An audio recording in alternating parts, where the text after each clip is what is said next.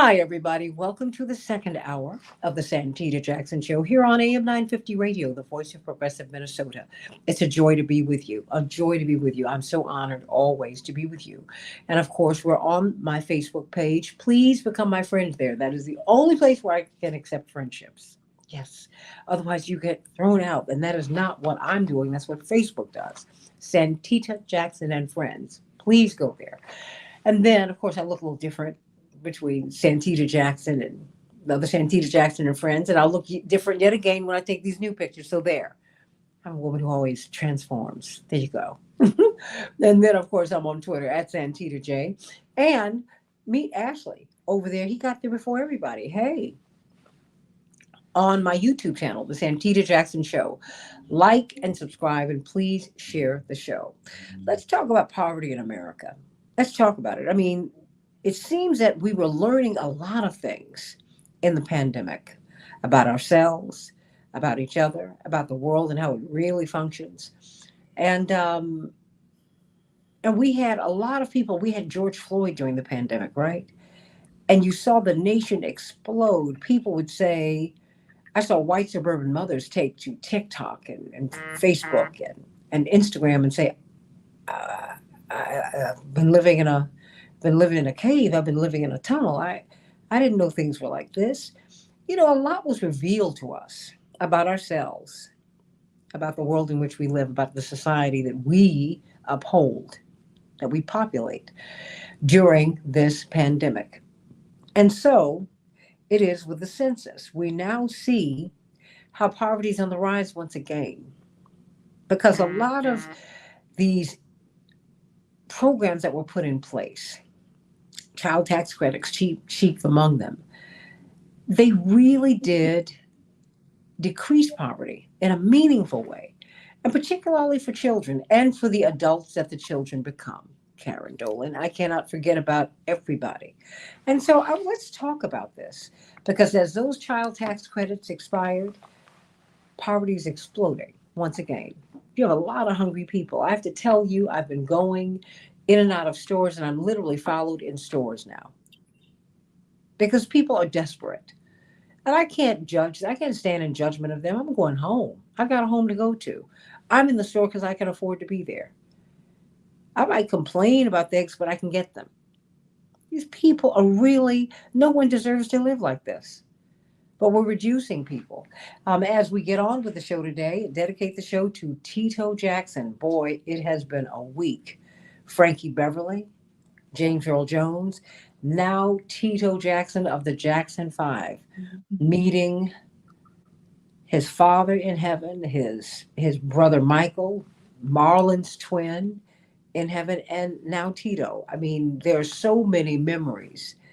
I can only smile, and I just thank God for Joseph and Catherine Jackson for their perseverance. I thank Joseph for Joseph Jackson boldly pursuing his vision. He said, I've got to get my children to California. I see something. I see something. Just like Venus and Serena's father said, I see something. I see something.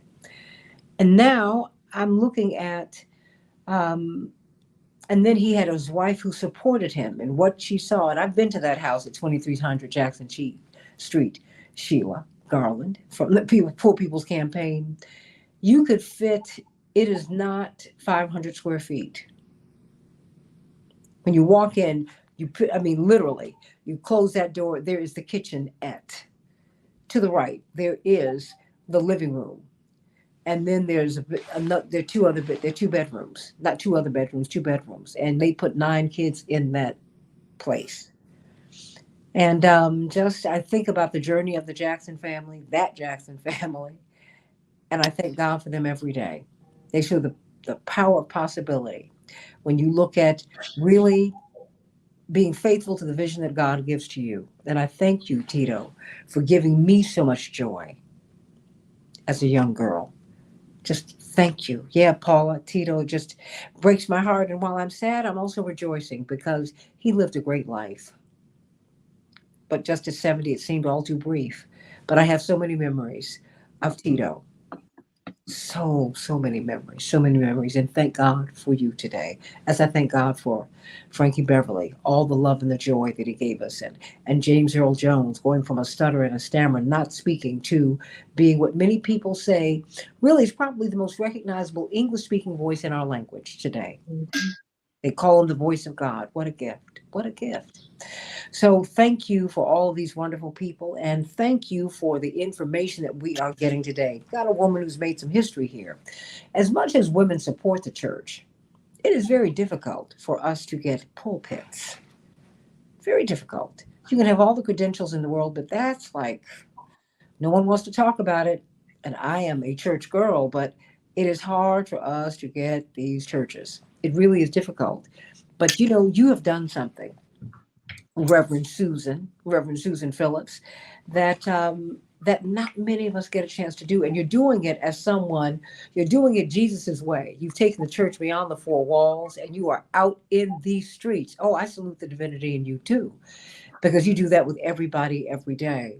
And we just thank God for you. Of course, you with the Poor People's Campaign and a national call for action, because that's what we need. That is what Jesus did. Jesus was out in these streets. You don't even know where he worshiped. You do know that he walked up in these temples and tore them up because they were not doing God's work. And so I want to thank you down there in Springfield, really lending support and a voice for to Sonia Massey, killed as she was telling the police officer, I rebuke you in the name of Jesus. And so it is. And we thank God. The pastor at the First Presbyterian Church. I want to thank you so much for all that you do and you have done. And thank you, Sheila Garland from the Poor People's Campaign of Illinois. You said, have you ever had Reverend Susan on? We got to get her on. I said, okay, just help me because, I'm traveling today. Ariel Gold. I mean, this is like the church panel.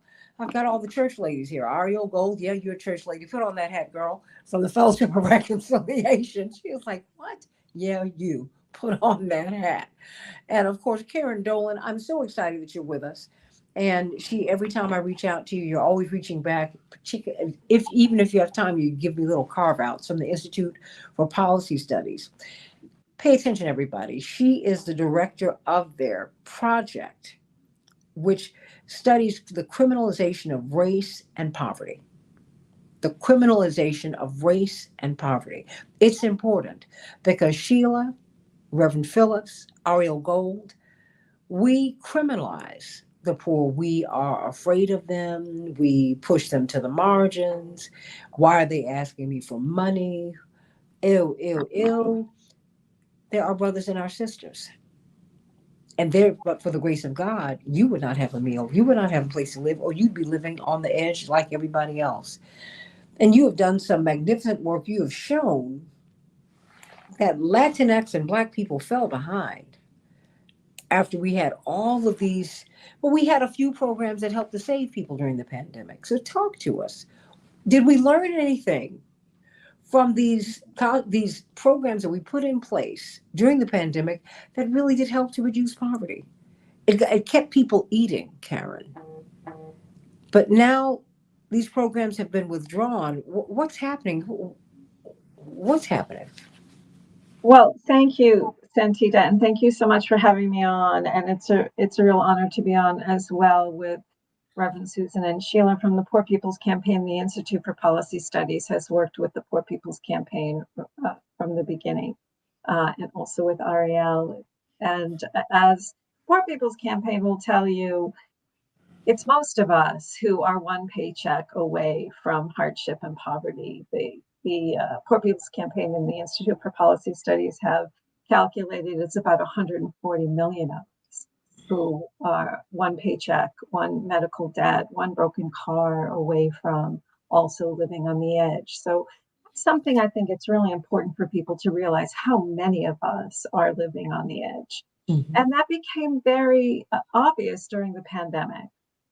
And so there were pandemic that gave us an opening to actually invest the way we have always supposed to have been investing in children, in families, and in our communities, because we were faced with a global crisis where people lost jobs, where they were losing their homes, where they were unable to get food. We had such a crisis. that the American Rescue Plan and a few other programs stepped in to invest more robustly in children and families the way we always should have been doing, most especially the child tax credit, which has been in place, but it was in place in a much flimsier way than it was invested in during the pandemic. During the pandemic, we expanded it, we made it more robust, we made it fully refundable, which means that people who didn't make enough money to receive that credit on their taxes, that they were able, the people who needed it the most were able to access it. And it was made monthly so that people could pay their rent, so they could put food on their table, so they could take care of their children rather than waiting for that one payment at tax time. And the eligibility and the benefit was increased. And because of that, just because of that, there were many other programs we can talk about that were also vitally important. Just because of that, we saw child poverty to a historic low cut in half. And as soon as that program was allowed to expire, it spiked. The child poverty rate spiked up to more than half to what it had been. So it had ticked down to dramatically to 5.2%. Now we're at 13.7%. And rising. Yes. Yes, I mean, it has risen since last year. The big jump was between 2021 and 2022, but it rose again this year. And every year that we go by that we're refusing to invest in our children, the poorer they're going to become, the more at risk they're going to become, the sicker we are all going to become as a society. What people also don't talk about is the huge returns on the child tax credit. So for every dollar invested, Columbia University Center on Poverty and Social Policy has estimated that there's a $10 return to society. So it costs about $97 billion a year to have that expanded tax cut, that expanded tax credit, child tax credit, but it generates almost $100 billion in social benefits for society. And you never hear the media talking about that. You certainly don't hear lawmakers talking about it. So I think that that's an important context as we continue our discussion. Well, let's flesh that out a little bit. When you talk about these benefits, because we always look at poor people as a drag on the society, they're costing us too much money. Uh, Even though they work, as my father often says, hard every day. They're the people who catch the early bus. They were the people who were not allowed to stay home. They couldn't work from home. You can't clean remotely. You can't make food remotely. You can't make clothes remotely. You can't do much of anything remotely when you are during the pandemic or during an emergency. So, I mean, what are the benefits? Because I know landlords felt better about getting their rent. I'm very serious because you have a lot of people who are not wealthy who are Uh, struggling, who are trying to move ahead. And I mean, help me, Karen. I can say it real quickly and then I'll open it up for other folks. But I mean, Yeah. just what we know with solid hard evidence. When children are lifted out of poverty, their long-term, lifelong health increases dramatically. Mental health increases dramatically. Educational attainment increases dramatically. Their ability to be employed gainfully increases dramatically. By any metric of what not only improves their life over their lifetime, but their family, their future family, their communities, the way that they can give back to society, and they are less likely to have to need social assistance. This is why we call these investments. When we're Mhm. giving tax breaks to the wealthy for another yacht, or to defense corporations to increase their obscene profits, those aren't investments. Those are giveaways to the wealthy. But when you invest in children and families and communities, that is what rebounds to society. That is what makes us more healthy and more successful and thriving as a nation over a lifetime. Well, Reverend Susan Phillips, it seems like we would have to have an absolute paradigm shift to get there because we don't see poor people as having They're not worthy of an investment. Although when you hear people and their success stories, they always talk about having started out poor. Somebody started out with nothing. Mhm. So there are a couple of things that I think are important there. One is we need good information.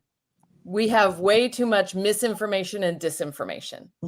The research shows that for every dollar invested in early childhood education and care, it returns somewhere between $4 and $17. Now, if you were investing your own funds and someone said, you invest $1 and you're going to get 4 back or 17 back, most of us would take that. Mm-hmm. That's a good, Yeah. That's an amazing return. That's what happens when we invest in early childhood education and care. It's also what happens when we invest in support for people who are experiencing poverty now. In Springfield, just in the last 2 weeks, there was an effort to criminalize homelessness with an anti-camping on public property ordinance. It has now been withdrawn because the response was so potent from the community. But the School of Medicine here in Springfield did the research 6 to 8 years ago, and they calculated that for their permanent supportive housing program, they themselves housed people who had been on the street and provided them wraparound supportive services. That cost $10,000 per person per year. Now, that sounds like a lot of money until you do the calculation for what it costs us to leave someone on the street. Because someone who's living on the street and doesn't have shelter is much more likely to go to the emergency room, is much more likely to be victimized, is much more likely to be arrested or detained. And when you start adding up law enforcement, court, emergency department visits, that cost is $50,000 per person.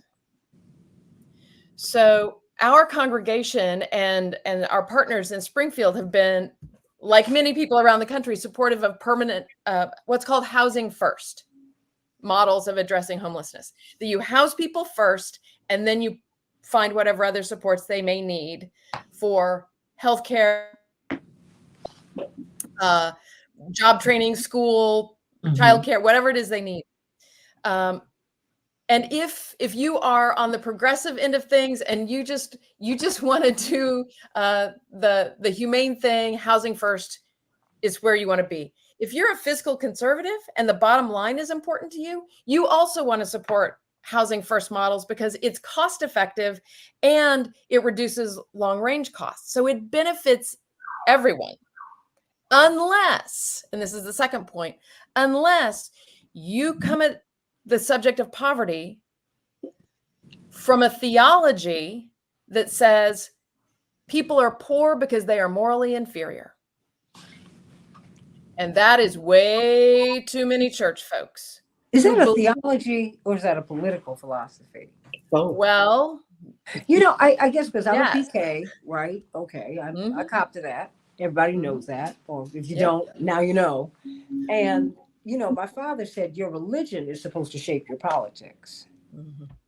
Far too often, our politics, we do a wraparound, Karen. Right.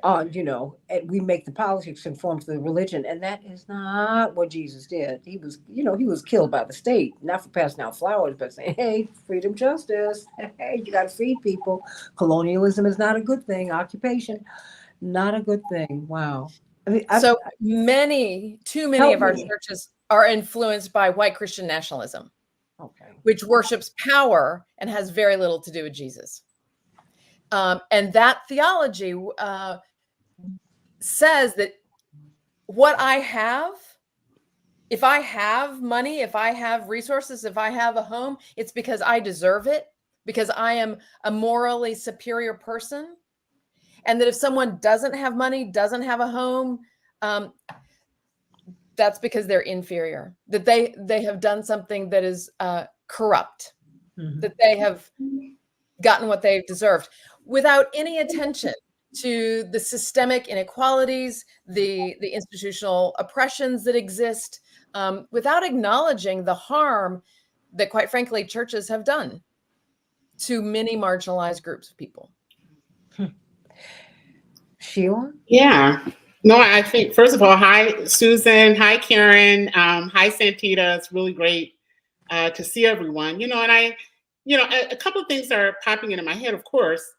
This whole idea around, white Christian nationalism and the sort of religious fervor that we're experiencing today, gives us this whole paradigm.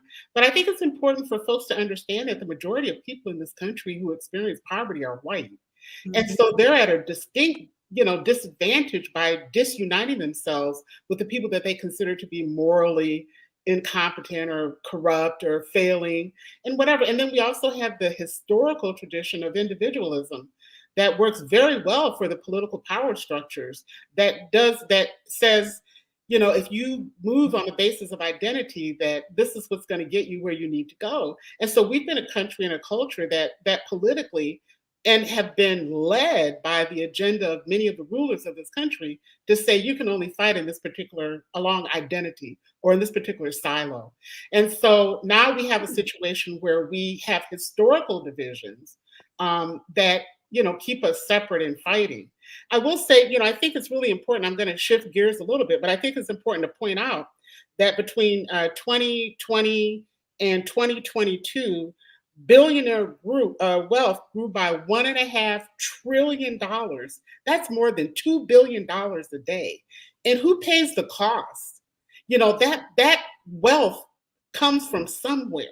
And so the people in this country are impoverished in order for these billionaires to realize that amount of wealth. Wait a minute. Say that one more time. No. Wait a minute, because we think a robber baron is a construct of the past. Yeah, and it's not. It's not. But say that one more time, because I don't want that to be lost on. I'm serious. I mean, we try to do. Look, this is not corporate media. It's not.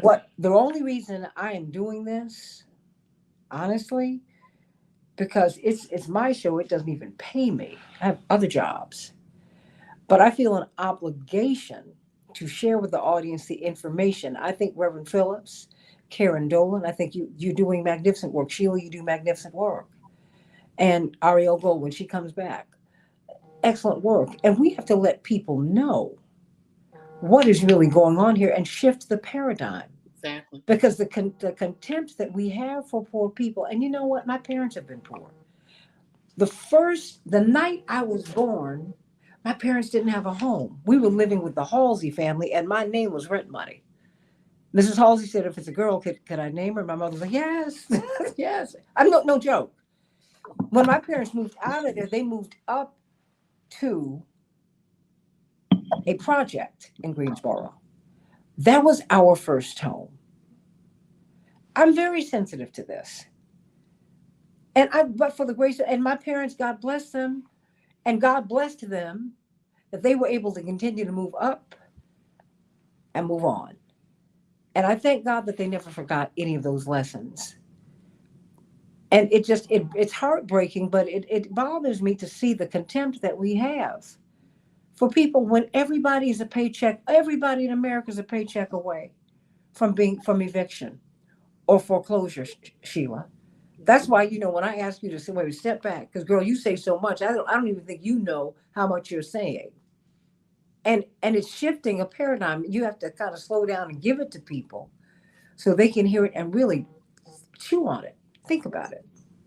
No, it's true, Santita, and I appreciate your story because this is the thing that unites us. Your story is probably not that dramatically different from a lot of people in this country, and we have this whole thing where we try to talk about, it's like poverty politics, in order to justify who we are in this society. But I think we do have to keep in mind, and I'm going to repeat that, billionaire wealth grew by more than $2 billion with a B dollars a day between 2020 and 2022. And that wealth comes from somewhere. So if you understand just in a small measure, the sort of the laws of capitalism, there has to be extraction of wealth from the people, from somewhere, from nature, science, whatever, but primarily from surplus labor. Now, historically, that was very clear, like back during the industrial boom. So now that we're post-industrial, where does that wealth come from? So I say we see the privatization of our public assets, public schools, healthcare, water, electricity, groceries, insurance, healthcare, all of these things that we, housing, all of these things that we need in order to survive are being priced out of our reach. Because if you don't have extraction of surplus at the workplace in the same amounts of as we've had historically, where else do you begin to extract it from? Now we're going to see with AI, all of that wealth is going up, but it doesn't really get filter down to our communities. And when I say our communities, I want people to be clear. When I say our communities, I mean all communities: Black, white, Latino, Asian, Native American, Alaskan Native. I just want people to understand that we have more in common than we have that are not, but that we have been historically sold this idea that somehow our conditions are different, and therefore we have to go in these different directions and disunite. But our strength, and this is why I constantly refer to the 140 million poor and low income people that in fact grew, because in 2019, before the pandemic, the number of people in poverty was like 112 million people. I believe that's correct, Karen. And then as the pandemic grew and the policies that kind of lifted the load of poverty began to be taken away, we saw that number spike back up to 140 million. And so we know that policies can impact and change outcomes and really address the issue of poverty. But also, I do say I think I would be remiss and not really talk about, and I always say this, I grew up in Flint, Michigan. If anybody grew up in the Midwest, and this goes for California and everything, if you go to my hometown of Flint, there used to be a population of 220,000 people. 100,000 of those people were engaged in auto production. There are less than 10,000 people engaged in auto production. Now, one single auto less is being produced. How are those automobiles being produced? And what is the impact of that dramatic shift in our economy? And we're actually seeing the consequences of that with increasing poverty, wages that have been suppressed. I mean, we're talking about a federal minimum wage of $7.25. Some states are moving it to 15, but in reality, that's not enough. Our campaign says 25 an hour would allow us to maybe take care of most of our basics if it's a 2-earner household.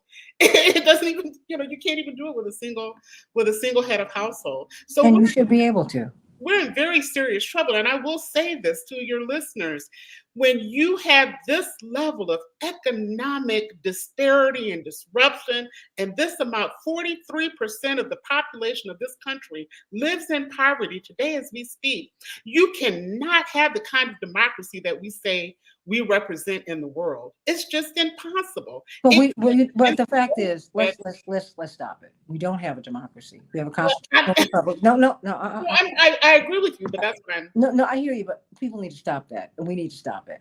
It's a constitutional republic that has democratic aspects. If you don't believe it, Karen, what you do, look at Congress. One group is selected, another group is elected. If someone in the lower house dies or otherwise loses their seat, you got to have an election. The Senate gets selected, and they were selected until maybe 100 years ago or so. We need to stop and make some decisions. We're at an inflection point about where we are. Karen Dolan, look, the fact is, Reverend Phillips, Sheila Garland, the first person to die in the American Revolution was a Black man, but the second person was not. It was a rainbow coalition of people who had it with the monarchy. And whenever we come together, we change things. That's why you had the Poor People's Campaign. That was Dr. King was. They were pushing on that. We did Reverend Jackson and Reverend James Bevel for the record, Reverend C.T. Vivian, and a few people did not want Dr. King to go to Memphis. Not that they didn't care about the workers, but there was something about that was strange. Because since Reverend Martin Luther King had he was becoming the primary voice of the anti-war movement, and at that same time, the harassments against him increased exponentially, Karen. He was killed a year to the day, to the minute that he announced his opposition to the war at Riverside Church, just after 6 p.m. on April 4th, 1967, just after 6 p.m., April 4th, 1968. And then the FBI office in Atlanta erupted in cheers. Please. He went after that military industrial complex. Oh, black and white children can sit together. They could even go to war together. But now, wait a minute. You're messing with my money. We spent all this money on war. And Dr. King said we were approaching spiritual death. Reverend Phillips, you saw it. You understand that theologically better than anyone here. And that's where we are. Look at what we're doing. This is awful. I mean, and Karen, I'm just saying in the 2024 election, I got Ariel here. Oh, my word. I'm going to add her to the stage. Before I go back to you, Ariel, I mean, Karen, just what should we be doing in this 2024 election cycle? Because everyone talks about the middle class. President Biden, God bless him, because he did do some really great things. He did. Did he do everything that I wanted? No. Do I actively disagree with what he's doing with Gaza? Absolutely. I think this is shameful.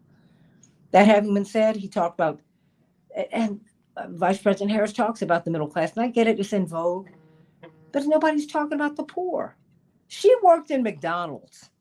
She watched her mother struggle to get her. She knows that her politics have been progressive in many, many respects because she knows what the struggle is like. How can we get the poor people on the agenda? I mean, and maybe we can get them on the agenda without talking about the poor, Karen. I don't know. Well, I think that's what you know, and Reverend Barber talks about this all the time too. He calls out politicians in the media for not using the word poor or poverty. Yeah. And so you have to do some mental gymnastics, as both candidates have done, one more than another, but we're nonpartisan at the Institute for Policy Studies, to talk about the need to expand the child tax credit without talking about poor children. So we have this kind of, delusion in this country where we all think we're middle class, when in reality most of us are, one medical event or one lost paycheck away from not being able to make ends meet. And so I think that we need to have that awareness. I don't know that we can change the narrative during this last month of the election season, but that doesn't mean we shouldn't try.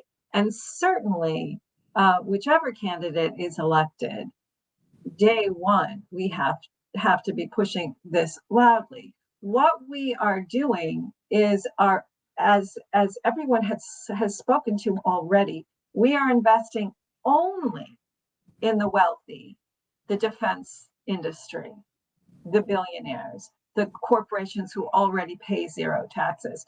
And it's not an investment. It is a giveaway. We are giving away the Trump tax cuts for the very wealthy will cost at least $5 trillion over the next decade and not return. We know from 50 years that trickle-down theory is a myth. So all this money just continues to travel up. Is that what you're saying? It only increases inequality. It has only for 50 years ever benefited those at the top and made the rest of us worse off.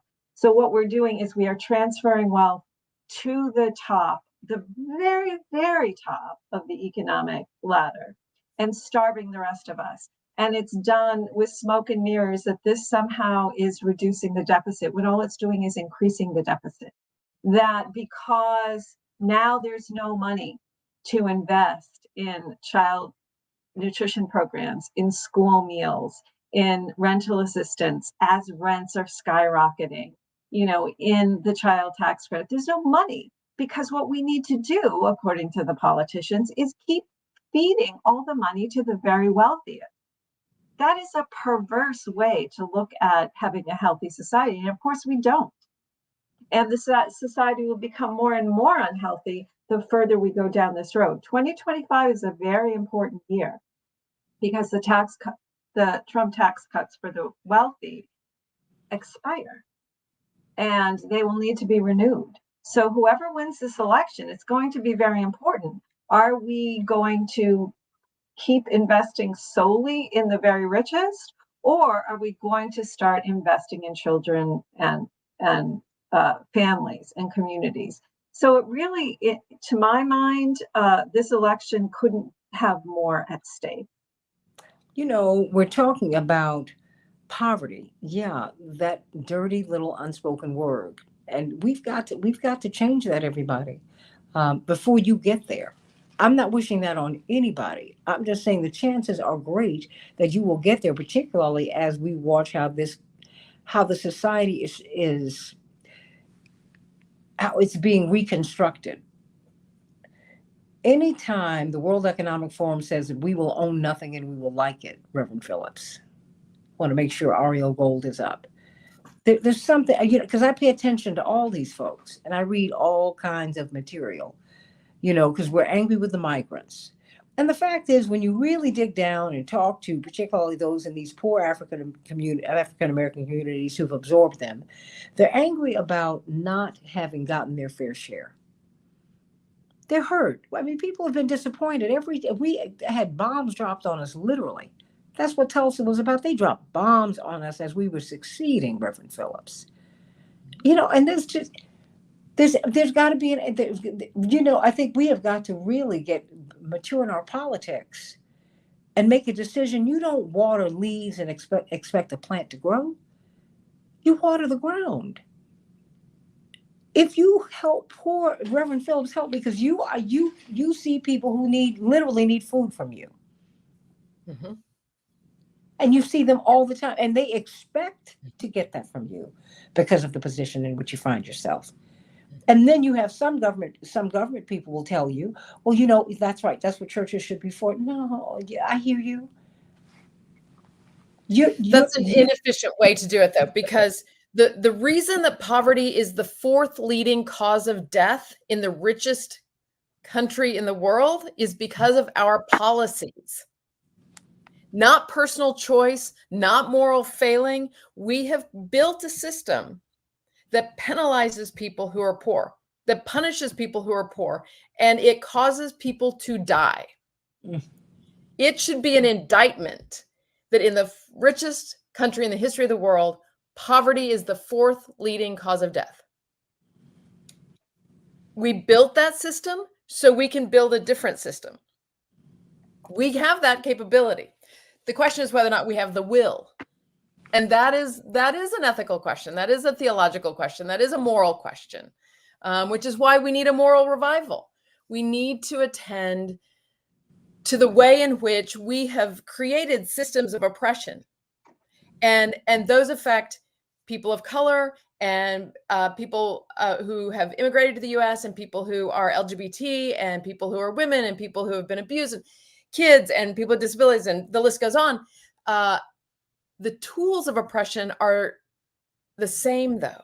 So what I love about the Poor People's Campaign is that it recognizes, because the tools are the same, if we recognize our common humanity, like Sheila was referring to, and we collaborate, we work together, we have more leverage to change the policies, which are lethal.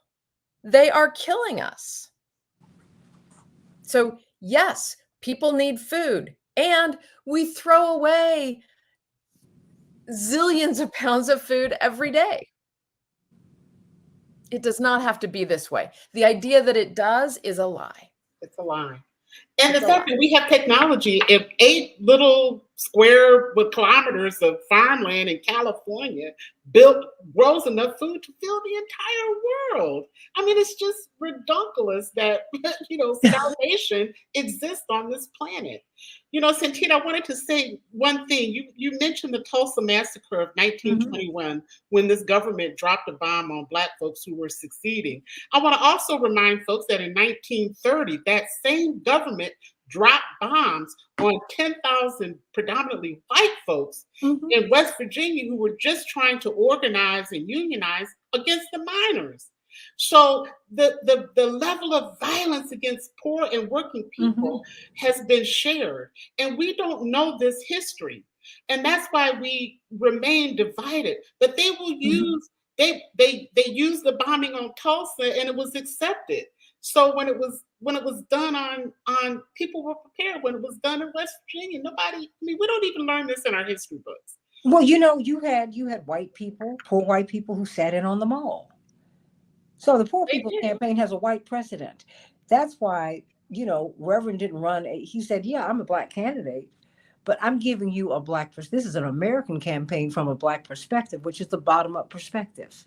I mean, that's why when he was the head of the mayor of Resurrection City, he took all of those people who were in Resurrection City to the Senate cafeteria and said, go on and eat. Yep. Get something to eat. And they were like, well, who's going to pay for it? He said, we're already paying for it. Eat. Exactly. Go. Ariel Gold, are you there? I'm here, Santita. All right, girl. There you go. Yeah. So reconciliation help.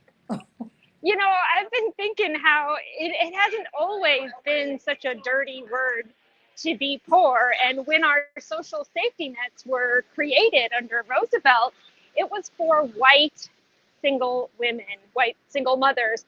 And it was during the 1980s with a horrific smear campaign under the Reagan administration that it came to be associated with Black single mothers. And then it was President Clinton who dismantled our social safety net. I raised I got through graduate school, my children and I did, on Section 8 housing and food stamps and all of that. And let me tell you, it's a goddamn job to keep up with all of that because it is a means-tested program that you have to continuously qualify for.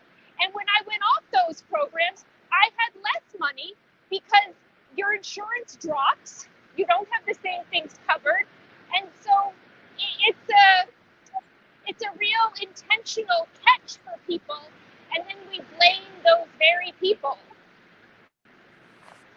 No, look, I'm with you. I think of Curtis Mayfield. Oh, that prophet from Chicago. Keep away from me, Mr. Welfare. They say I'm a lazy woman, don't love my children, and I'm mentally unfit. I must divorce him. I mean, this is a real thing. I mean, our values are so off. They're so off, Karen. And you see it reflected in our budget.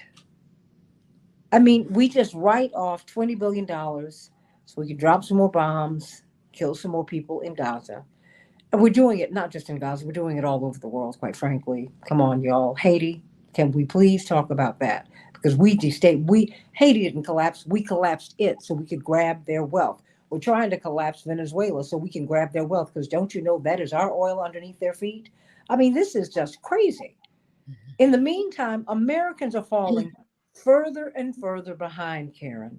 We have more hungry children going to school, more children who have not had their eyes tested, more children who are sick, who are unable to learn in class. We don't have access to the internet for our children. That's what we learned in the pandemic too. Yeah, if I could, yes. And we reduced the nutrition programs by 13%, and we saw a corresponding spike in food insecurity in these latest census data numbers from 2023. I have the privilege to work as a storyteller with people who are impacted by poverty all over the country. I'm also a single mother, disabled, who raised a child myself. And I'll tell you, to a person, I've helped over 60 people tell their story in the last several years. And everybody works hard. Many people started off, what they considered middle class, and things happen to all of us.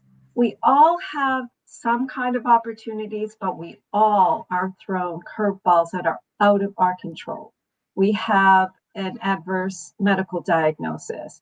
We have to take care of a sick child, a sick parent, a sick partner. Rents spike like they did during COVID, like they did in inflation, and there's no assistance, and we lose our home.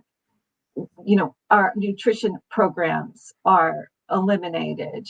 Medicaid unwinding happens that threw people off, not because they weren't eligible anymore, but because of red tape. Or there's a domestic violence situation, or there is a divorce, or you name it. Things that happen to all of us. That's all it takes, is one unforeseen event that is out of our control. Not only is it not our fault, it's out of our control. And because 140 million of us live on the edge, that's all it takes, is one unforeseen, uncontrollable event that life throws at all of us. And until we recognize that most of us are in the same boat, except for those very few who are in the yachts, to whom we are giving more yachts, then we will not be able to turn this around. But because there's power in numbers, and what the Poor People's Campaign has told us, and what Sheila and Reverend Phillips and Ariel have told us, when we come together, when we're a fusion, when we're a rainbow organization, when we're a moral fusion organization, when we realize that white people are the largest number of people living in poverty, that all of us are in this precarious situation, when we realize our power and our numbers and that we're all here, we're not going to stand for this anymore. Even as it is, expanding the child tax credit is overwhelmingly popular with Republicans. Nobody likes tax cuts to the rich and the corporations. Nobody likes spending $1 trillion a year on the defense industry. It doesn't matter what your political affiliation is, but we have got to stand up and make our voices heard, because right now it's the money that talks. It's the money in the defense industry that exists in every state in this country that's paying for this. The gun manufacturers in every state in the country, never even mind the NRA, the manufacturers in every state in this country. So follow the money and listen to groups like the Poor People's Campaign, these large coalitions. We have to be part of it, and we have to be. Absolutely. I've got 1 minute for everybody. I think one of the things that Oh, no. Please, Reverend Phillips, please go. So one of the things I want people to be thinking about is that while we argue about whether or not people deserve support or programs or assistance, if people were paid a living wage, if they were paid an amount that reflected their productivity, then we wouldn't need all of the assistance programs. If people had health insurance, like in a single payer system, then folks wouldn't go to the emergency room for primary care. Mm-hmm. There are ways that we can make systemic shifts, policy shifts that benefit everyone. The people, those who benefit most from some of the assistance programs are like Walmart, because they pay as little as they can. They hire people for less than full time, so they don't have to pay benefits. Then the rest of us pay for their employees' health insurance to be on Medicare, Medicaid, whatever state program they have. We are benefiting the richest corporation in the world. They can afford to pay their folks. They don't, but they ought to be required. So if everyone were paid minimum wage or an amount that reflects the productivity that has been generated by those of us who work for a living, instead of all of it going to the CEOs and the C-suite and those folks, then there would be more equity. And we can care for the folks who can't work or who are babies or who are elderly or whatever. We can make those changes. I don't know if we have the political will. That's my question. Well, and that's why we need this national call for moral revival, which is what you just issued, because we need that. And we must be revived morally, because this is immoral. It's a moral disgrace that anyone in God's world, of which we are stewards, should not have what God needs. Reverend Otis Moss Jr., Reverend Otis Moss III's father, iconic minister who was Dr. King's classmate at Morehouse, he said to me, God will supply your every need, not your every greed. You got greedy people out here taking up all the resources. I'm not against people becoming wealthy. That's not a problem. But you're not supposed to take it all. Okay? And that's what we've got now. People are taking it all. We have people who are on track to be trillionaires. Oh, but don't be fooled. They're already trillionaires. They're called the Royal Family of England. They're the wealthiest family on earth. They own more land than any human beings on earth. It is not controlled by the firm. It's not controlled by the crown. It's controlled by them. When you marry into that family, you get a title. You know what a title is? You have a house? Yeah. You have a car? Yeah. You hold the title. You hold the deed. That's why you get a new name. Because Harry and Meghan are getting money off of people from Sussex. So don't say anything to me. Tired of it. You know what, Sheila, it's the truth. That's what they're getting. I'm an American. I take being an American very seriously. Yeah. Even when the country is not taking me seriously, I take it seriously, and I'm fighting for my peace, and I'm going to get it. But I'm going to make American, but I'm not an imperialist. Yeah. I didn't sign up for that. I didn't sign up to be a warmonger. If you send my troops all over the world to establish peace, really, and feed people, I'm with it. What we're doing now, I don't like it. And you know, when they get overseas, they don't like it either. They come back broken because we have broken them, because we've lied to them. And they get over there and they find out that they've been lied to. And I'm tired of it. And you should be tired of it too, everybody. So I literally have about 30 seconds for everybody because we're going to have to get out. Mm-hmm. But Sheila, 30 seconds. What do you want us to know, my sister? I will do my best. But what I want to say is that the campaign, the Poor People's Campaign, a national call for moral revival around the country, we are doing a coordinated drive to register and to connect with and turn out over 15 million poor and low-income voters who represent a voting bloc. And this is this whole idea about understanding our unity and our identity in this country and coming together to build a voting bloc that can really change the political direction of this country. How can they get in touch with you to talk about that? They can get in touch. They can go to the Illinois Poor People's Campaign, or they can go to the National Poor People's Campaign website. They can become a member, doesn't require any money. And then you can volunteer and become a part of this effort. 15 million before November 4th. And we are nonpartisan. But what we're saying is that we don't care if you're a Trump supporter. We don't care if you were whoever. We just need you to get together and vote as a bloc. Poor people, because they're saying poor people don't vote because they're apathetic, and that's not it. That's right. And I mean, when you vote in the booth, please think about someone other than yourself. Ariel Gold, 30 seconds. Really, that's what I've got. Yeah. So Oh, Ariel, I'm going to come back to you. All of this stuff, this is a human right. All right, I think I lost y'all. Yeah, no, but give it to us. Oh, no. Okay, well, Reverend Susan Phillips, we need a national moral revival. We need to educate ourselves. We need to learn what we can really do when we work together across all of the ways that the powers that be want to divide us. And then vote. Go to vote.org to register, to check your registration, to check your polling place, to make sure you know what hours there are, whether or not you can mail in your ballot. Use your voice. You know, our ancestors worked hard and paid the price so that we could all vote.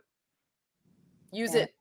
Use it. Don't lose it. We're getting purged everywhere. We're going to show Vigilantes Inc. at Rainbow Push in the next 2 weeks.